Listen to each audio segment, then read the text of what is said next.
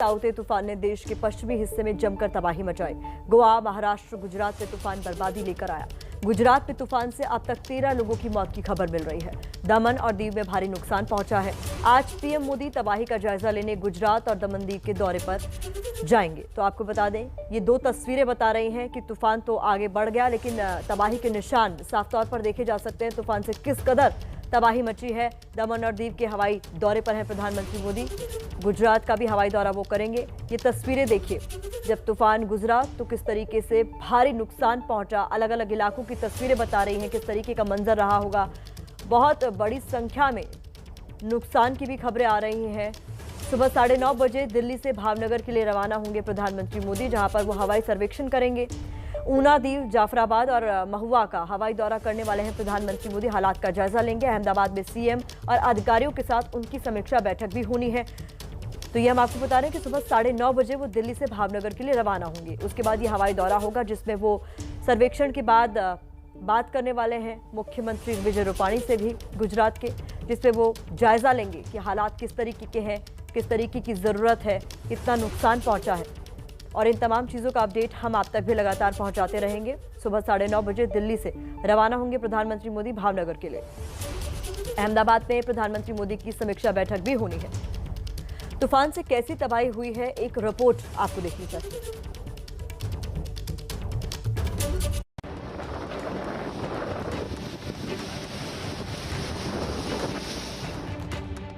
मंगलवार को गुजरात पर ताउते तूफान की मार को बताने के लिए ये 4 तस्वीरें एक बानगी भर हैं। ताउते की सबसे बुरी मार गुजरात पर ही पड़ी है। तेज हवाओं ने सब कुछ तहस नहस कर दिया। शहर के शहर गिरे हुए पेड़ों से ढके नजर आने लगे।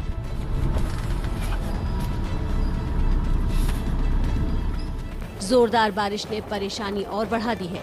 अहमदाबाद समेत कई शहरों में लोगों को जल जमाव से भी जूझना पड़ा।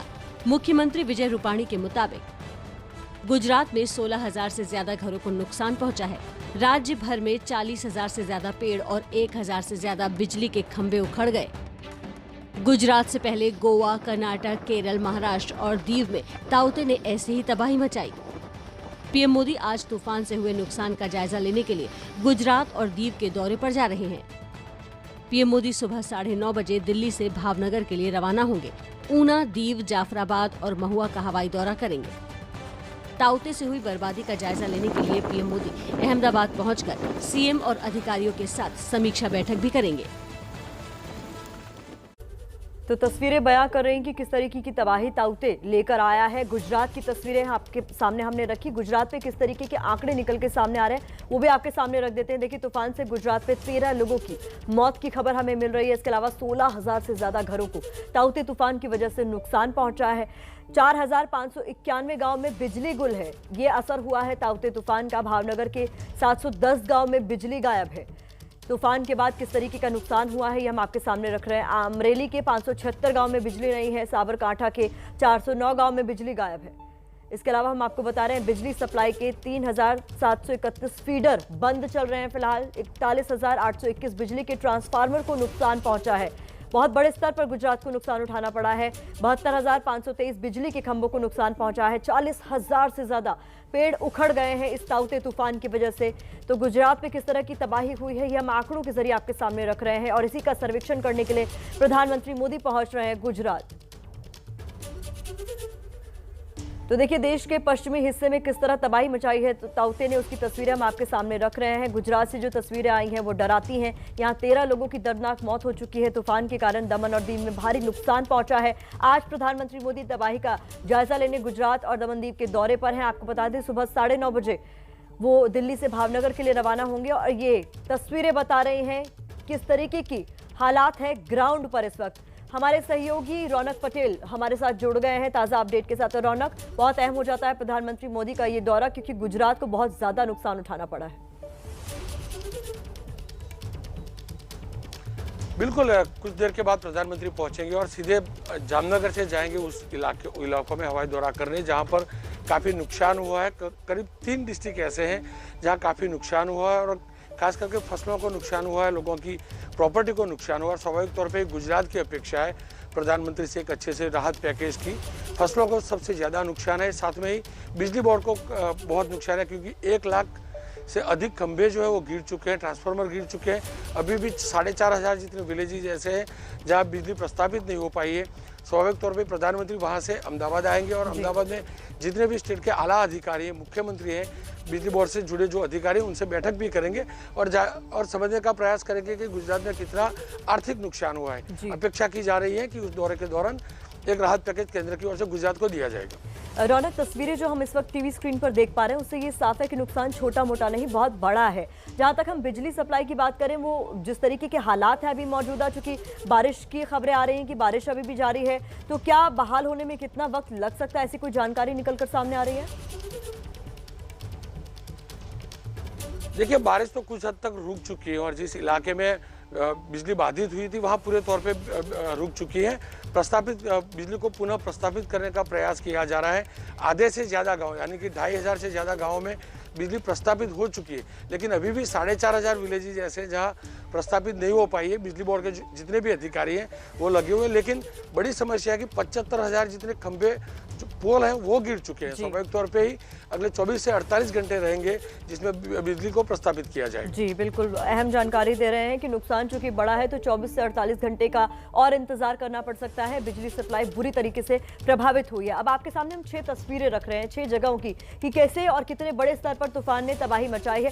कुछ देर में ये तस्वीरें हम आपके सामने रखेंगे, लेकिन देखिए बड़ा अपडेट इस वक्त हम आपको दे रहे हैं कि ताउते गुजरात से आगे की ओर बढ़ गया है, लेकिन किस तरीके की तस्वीर अपने पीछे छोड़ गया है ये आप देखिए। बहुत बड़े स्तर पर गुजरात को नुकसान उठाना पड़ा है, जहां पर 13 लोगों की मौत की भी खबर आ रही है। कई सारे बिजली के खंभों को नुकसान पहुंचा है, ट्रांसफार्मर्स को नुकसान पहुंचा है। ऐसे में कई सारे गांव ऐसे हैं जहां पर बिजली की सेवा बाधित हो चुकी है। सूरत, अमरेली, जूनागढ़, नवसारी, भावनगर, पोरबंदर, ये ऐसे 6 जगह हैं जहां पर बहुत ज्यादा नुकसान देखने को मिला है। और वहां की तस्वीरें आप देखिए टीवी स्क्रीन पर, समझ जाएंगे किस तरीके के हालात हैं। हमारे सहयोगी अभी बता भी रहे थे, बहुत सारे इलाके हैं जहां पर बड़ी संख्या में पेड़ गिरे हैं, जिसकी वजह से घरों को नुकसान पहुंचा है, लोगों के वाहनों को नुकसान पहुंचा है। और ये 6 तस्वीरें बता रही हैं कि किस तरीके के हालात हैं गुजरात और उसके आसपास के इलाकों में भी। ऐसे में प्रधानमंत्री मोदी आज दौरा करने वाले हैं, राज्य के मुख्यमंत्री से भी बात करने वाले हैं। हमारे सहयोगी विकास भदौरिया इस वक्त हमारे साथ जुड़ गए। विकास, तस्वीरें चिंता पैदा करती हैं और अभी भी कई सारे ऐसे इलाके हैं जहां पर बिजली सप्लाई पूरी तरीके से बाधित हो गई है, इतना नुकसान हुआ है। या देखिए, बिल्कुल इस तूफान ने जो कहर बरपाया है उससे गुजरात को उबरने में मुझे लगता है कि अगले कुछ दिन और एक आध हफ्ता भी लग सकता है। और प्रधानमंत्री नरेंद्र मोदी चूंकि गुजरात से आते हैं, इसलिए वे आज अब से कुछ देर बाद वे गुजरात के दौरे पर निकल रहे हैं। और गुजरात के दौरे पर वो जब यहाँ से दिल्ली से निकलेंगे तो तकरीबन 11 बजे के आसपास वे भावनगर में लैंड करेंगे और फिर भावनगर से चॉपर के जरिए वो जाएंगे और उसके आसपास के इलाके, यानी कि जो ऊना, डीयू, जाफराबाद और महुआ जो इलाके हैं, यहाँ पर जाकर वो एरियल सर्वे करेंगे। एरियल सर्वे में वो नुकसान का पूरा आकलन करेंगे और उसके बाद अहमदाबाद लौटकर वो राज्य सरकार के अधिकारियों के साथ एक रिव्यू बैठक करेंगे, जिसके आधार पर केंद्र सरकार इस नुकसान की आपूर्ति के लिए, नुकसान की पूर्ति के लिए कुछ राहत पैकेज भी ऐलान कर सकते। बिल्कुल, तो इस सर्वेक्षण का मकसद कुल मिलाकर यह है कि कितना नुकसान हुआ उसका आकलन किया जा सके और हर संभव मदद राज्य को पहुंचाई जा सके। ताउते तूफान की वजह से मुंबई के समंदर में फंसी जिंदगियों को बचाने का काम लगातार जारी है। नौसेना समंदर में लगातार रेस्क्यू ऑपरेशन चला रही है।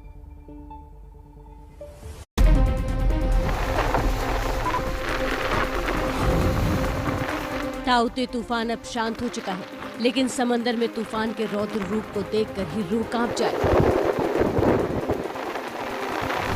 17 तारीख को मुंबई के समंदर में ओएनजीसी के अलग अलग रिग पर काम करने वाले 700 से ज्यादा कर्मचारी इन्हीं लहरों में फंस गए, जिसके बाद नौसेना ने मौत के मुंह में फंसे इन लोगों के रेस्क्यू ऑपरेशन का काम शुरू किया।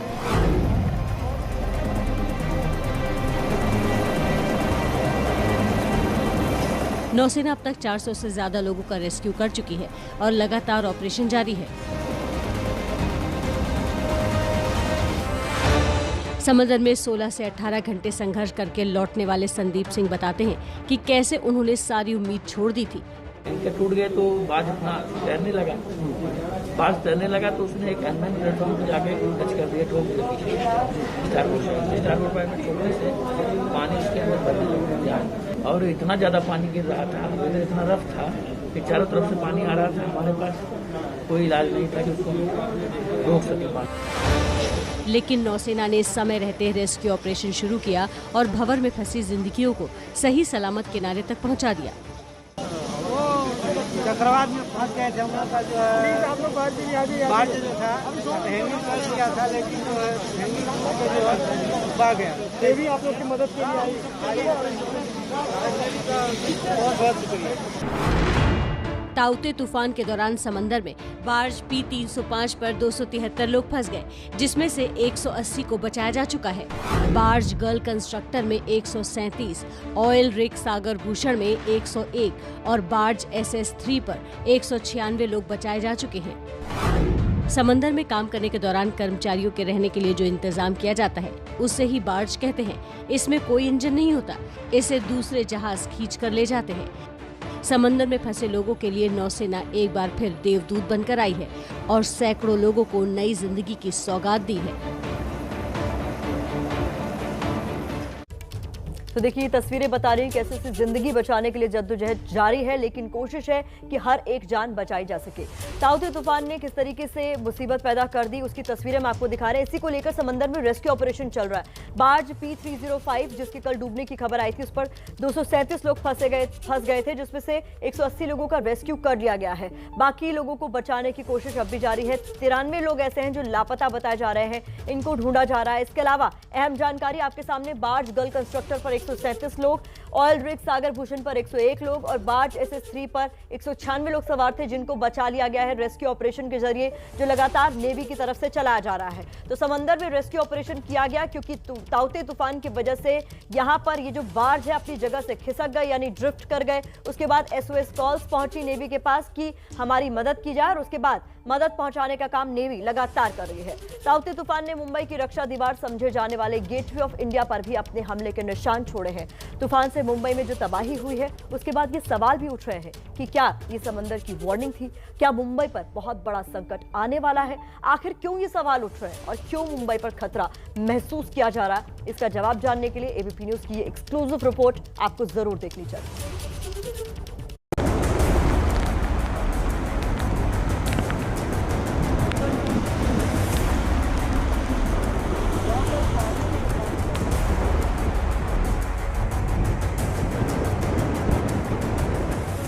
ताउते ने तोड़ दी मुंबई की सबसे मजबूत दीवार।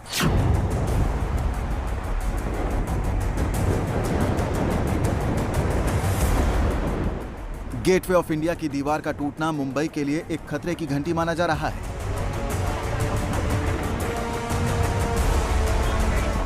क्योंकि इस दीवार को मुंबई का रक्षा कवच तक कहा जाता था, लेकिन ताउते ने इस पर जिस तरह से हमला बोला है, उसके बाद यह खतरा सताने लगा है कि कहीं ताउते समंदर के गुस्से का ट्रेलर तो नहीं था और आने वाले वक्त में समंदर और जोरदार तरीके से हमला बोलने वाला है। इस खतरे की एक बड़ी वजह है मुंबई शहर का इतिहास और भूगोल। मुंबई शहर अब से करीब 500 साल पहले 60 टापुओं में बटा हुआ था और उन दिनों ये पुर्तगालियों के कब्जे में था। 1661 में जब पुर्तगाल की राजकुमारी की शादी ब्रिटेन के राजकुमार के साथ हुई, तो पुर्तगालियों ने मुंबई के इन 7 टापुओं को बतौर दहेज ब्रिटेन को दे दिया। जब ब्रिटेन ने इन 7 टापुओं को हासिल किया, तो यह तय हुआ कि इन सभी टापुओं को मिलाकर एक बड़ा लैंडमास तैयार किया जाएगा और इसके लिए काम शुरू किया गया रिक्लेमेशन का, समुद्र को पाटने का। रिक्लेमेशन का यह काम 1845 में जाकर पूरा हुआ और जो मुंबई की वर्तमान तस्वीर हम देखते हैं, जो मौजूदा शक्ल देखते हैं, वो 1845 के बाद की है। लेकिन अंग्रेजों ने जो इस शहर का दायरा तय किया था, जो समुद्र का दायरा तय किया था, जो सीमाएं बनाई थी, लगता है अब उन सीमाओं को समुद्र तोड़ने के लिए बेताब है और इसी की एक झलक हमें सोमवार के दिन दिखाई दी। वैसे तो ग्लोबल वार्मिंग की वजह से समंदर के किनारे बसे दुनिया के लगभग हर शहर पर खतरा मंडरा रहा है, लेकिन मुंबई पर खतरा कुछ ज्यादा ही है। इसकी वजह है वैज्ञानिकों की ताजा रिपोर्ट। अमेरिका के संगठन क्लाइमेट सेंट्रल की ताजा पड़ताल में चौंकाने वाला सच सामने आया है। क्लाइमेट सेंट्रल की रिपोर्ट के मुताबिक 2050 तक मुंबई के बड़े हिस्से में समंदर कब्जा कर सकता है, जिससे भारत में 30 करोड़ लोग प्रभावित हो सकते हैं। नेशनल इंस्टीट्यूट ऑफ ओशनोग्राफी की रिपोर्ट भी कम डराने वाली नहीं है। एनआईसी के मुताबिक 1993 से लेकर 2012 तक समंदर का औसत जलस्तर 0.322 मिलीमीटर तक बढ़ा है और कुछ वैज्ञानिक ये मानते हैं कि सदी के अंत तक समंदर का जलस्तर 2 मीटर तक बढ़ सकता है। 100 साल में और आज में बहुत फर्क है, क्योंकि आज मॉडलिंग सिस्टम होती है। मॉडलिंग सिस्टम में क्या करते हैं, एक मॉडल बनाते हैं, हर एक पैरामीटर उसमें डाला जाता है, तो 12 मीटर का जो निष्कर्ष आता है उस पर ये प्रेडिक्शन करते हैं। तो इन्होंने जो बताया है कि 2050 में अगर इसी गति से, इसी स्पीड से अगर टेम्परेचर बढ़ते रहेगा, हाँ जरूरी हमें तकलीफ हो, मगर अगर इसको हम कंट्रोल करते हैं तो हम इसको मिटिगेट कर सकते हैं, मतलब बचाव कर सकते हैं। वैज्ञानिकों के मुताबिक समंदर का जलस्तर हमेशा से बढ़ रहा है। समुद्र में समाई द्वारका नगरी इसकी मिसाल है, लेकिन 19वीं सदी में हुई औद्योगिक क्रांति के बाद समंदर का जलस्तर तेजी से बढ़ना शुरू हुआ है, जिससे समंदर के किनारे बसे शहरों के वजूद पर खतरा मंडराने लगा है। तो क्या बार बार हो रही इन कुदरती आपदाओं से हम कोई सबक ले रहे हैं? समुद्र को पाटने का काम यानी कि रिक्लेमेशन अब भी जारी है। ये देखिए, यहाँ पर समुद्र को पाटकर, मुंबई का ये मरीन ड्राइव है, यहाँ पर समुद्र को पाटकर कोस्टल रोड बनाया जा रहा है, जो कि दक्षिण मुंबई की दूरी उत्तर पश्चिमी उपनगरों से काफी कम कर देगा। लेकिन इसके लिए समुद्र से जगह हासिल करनी है, जिसका काम यहाँ पर हम देख रहे हैं। तो सवाल फिर वही खड़ा हो जाता है, एक तरफ इंसान के लिए सुख सुविधाएं हासिल करनी है, विकास को देखना है, तो दूसरी तरफ पर्यावरण को भी बचाना है। कैमरामैन अनूप रस्तोगी के साथ जितेंद्र दीक्षित, एबीपी न्यूज, मुंबई। तो आने वाले खतरे को लेकर आगाह करती आपने हमारी एक्सक्लूसिव रिपोर्ट देखी। आगे बढ़ते हैं और अब बात कर लेते हैं मुंबई की। मुंबई में ताउते ने किस तरीके से तबाही मचाई, उसकी तस्वीरें तो हम आपको दिखा रहे हैं, लेकिन हमने आपको बताया था कैसे समंदर के बीचों बीच बार्ज P305 डूब गया। उसकी वजह से रेस्क्यू ऑपरेशन में बहुत सारी दिक्कतें आ रही थी, क्योंकि ताउते तूफान के बाद गुजर जाने के बाद भी मौसम लगातार खराब बना हुआ था। हमारे सहयोगी मृत्युंजय इस पर हमें कल से ही लगातार अपडेट दे रहे हैं। मृत्युंजय, अभी भी 93 जिंदगियां ऐसी हैं जिनको लेकर रेस्क्यू ऑपरेशन चलना था, तो सबसे पहले तो ये जानना चाहते हैं, कल मौसम बाधा बन रहा था, आज का मौसम कैसा है? क्या रेस्क्यू ऑपरेशन में कोई दिक्कत पेश आ रही है? प्रतिमा, देखिए साइक्लोन के बाद का जो इफेक्ट है वो मुंबई शहर में देखने को मिल रहा है। अभी भी देखिए मुंबई में रिमझिम बारिश हो रही है। मुंबई के कुछ इलाकों में रात से ही बारिश हो रही है। हालांकि ये तेज मूसलाधार बारिश नहीं है और लगभग समुद्र में भी इसी प्रकार का मौसम बना हुआ है। रुक रुक कर बारिश हो रही है और जो लहरें हैं वो काफ़ी ऊंची उठ रही हैं। अब ताज़ा अपडेट बता दें, जो बीती रात हमें इंडियन नेवी और ओएनजीसी के माध्यम से जानकारी मिली, इंडियन नेवी ने बताया कि लगभग 180 लोगों को बचा लिया गया है, लेकिन 93 लोग जो है, जो पापा 305 P305 नाम के बार्ज पर काम कर रहे थे, ऐसे 93 लोग, 93 लोगों को अभी भी सर्च और रेस्क्यू जारी है, जिसके लिए अतिरिक्त संसाधनों को, यानी अतिरिक्त नेवी के हेलीकॉप्टर्स और नेवी के जहाज़ों को लगाया गया है और प्रयास है कि उन जिंदगियों को बचाया जाए। ओएनजीसी के मुताबिक ये आंकड़ा 79 का है कि 79 लोग मिसिंग है। तो कुल मिलाकर अभी बहुत सारी जिंदगियां हैं जो समुद्र में संघर्ष कर रही हैं। प्रतिमा, आप सिर्फ कल्पना करिए कि जो लोग बचकर आए हैं वो 16 घंटे 18 घंटे पानी में रहे हैं। आप इससे कल्पना कर लीजिए कि तूफानी समुद्र, 6-6 मंजिला ऊंची लहरें उठ रही थी, तेज हवाएं चल रही थी, मूसलाधार बारिश थी और इस बीच सैकड़ों जिंदगियां संघर्ष कर रही थी समुद्र में। 16 घंटे 17 घंटे के बाद वो हेलीकॉप्टर की नजर में आए, तब उनको बचाया गया। अब ऐसे पर 93 जिंदगियां अभी भी संघर्ष कर रही होंगी और यही कामना कर सकते हैं कि सभी सुरक्षित हो, जिनको नेवी के देवदूत जल्द से जल्द बचा सकें। बिल्कुल, उम्मीद हम भी यही करते हैं कि जल्द से जल्द ये रेस्क्यू ऑपरेशन पूरा हो और एक एक जिंदगी बचाई जा सके। बहुत शुक्रिया इस तमाम अपडेट के लिए मृत्युंजय। आगे भी आपका रुख करते रहेंगे। फिलहाल एक छोटे से आपका एक बार फिर से स्वागत है एबीपी न्यूज पर। तटीय इलाकों में आए ताउते तूफान का असर दिल्ली में भी दिखाई दे रहा है। मौसम विभाग ने बारिश की आशंका यहां जाहिर की है। आपको दिखाते हैं एबीपी न्यूज संवाददाता आजादिका सिंह की रिपोर्ट। देश के पश्चिमी इलाकों में आए साइक्लोन ताउते का असर राजधानी दिल्ली में भी देखने को मिल रहा है, जहां बीती रात से हल्की बूंदाबांदी हो रही है। इस वक्त तस्वीरें आप दिल्ली के अक्षरधाम मंदिर के पास की देख रहे हैं और यहां पर जो ये तेज रफ्तार गाड़ियां आपको दिखाई दे रही हैं वो लगातार हल्की बारिश से भी जूझते हुए आगे बढ़ते हुए आपको दिखाई दे रहे हैं। दिल्ली में आइसोलेटेड इलाकों में, वहीं एनसीआर के आइसोलेटेड इलाकों में जैसे कि हरियाणा में, चंडीगढ़ में कई सारे ऐसी जगह हैं जहां पर मौसम विभाग द्वारा ओलावृष्टि की भी आशंका जताई गई है। इस वक्त भी आप देखेंगे तस्वीरों में हल्की बारिश दिल्ली में बनी हुई है।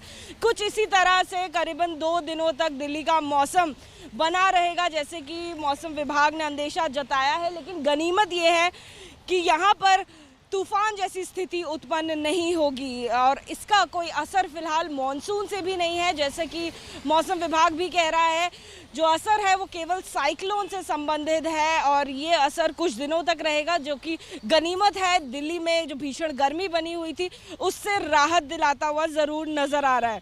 राजस्थान होते हुए साइक्लोन 19 और 20 मई को नॉर्थ ईस्ट इंडिया के वेस्टर्न यूपी पहुंचेगा, जिस वजह से बादल छाए रहेंगे। ठीक इसी तरह से दिल्ली में भी बादल छाए रहेंगे। दिल्ली के साथ साथ एनसीआर की बात करें तो गाजियाबाद में, हरियाणा में, चंडीगढ़ में और इसी के साथ साथ जो उत्तरी राज्य है उत्तराखंड और हिमाचल में भी तेज बारिश हो सकती है। फिलहाल दिल्ली का मौसम जिस तरह से सुहाना बना हुआ है, ये लोगों के लिए भीषण गर्मी से राहत दिलाता जरूर दिखाई दे रहा है। कैमरा पर्सन भूपेंद्र रावत के साथ जातिका सिंह, एबीपी न्यूज, दिल्ली।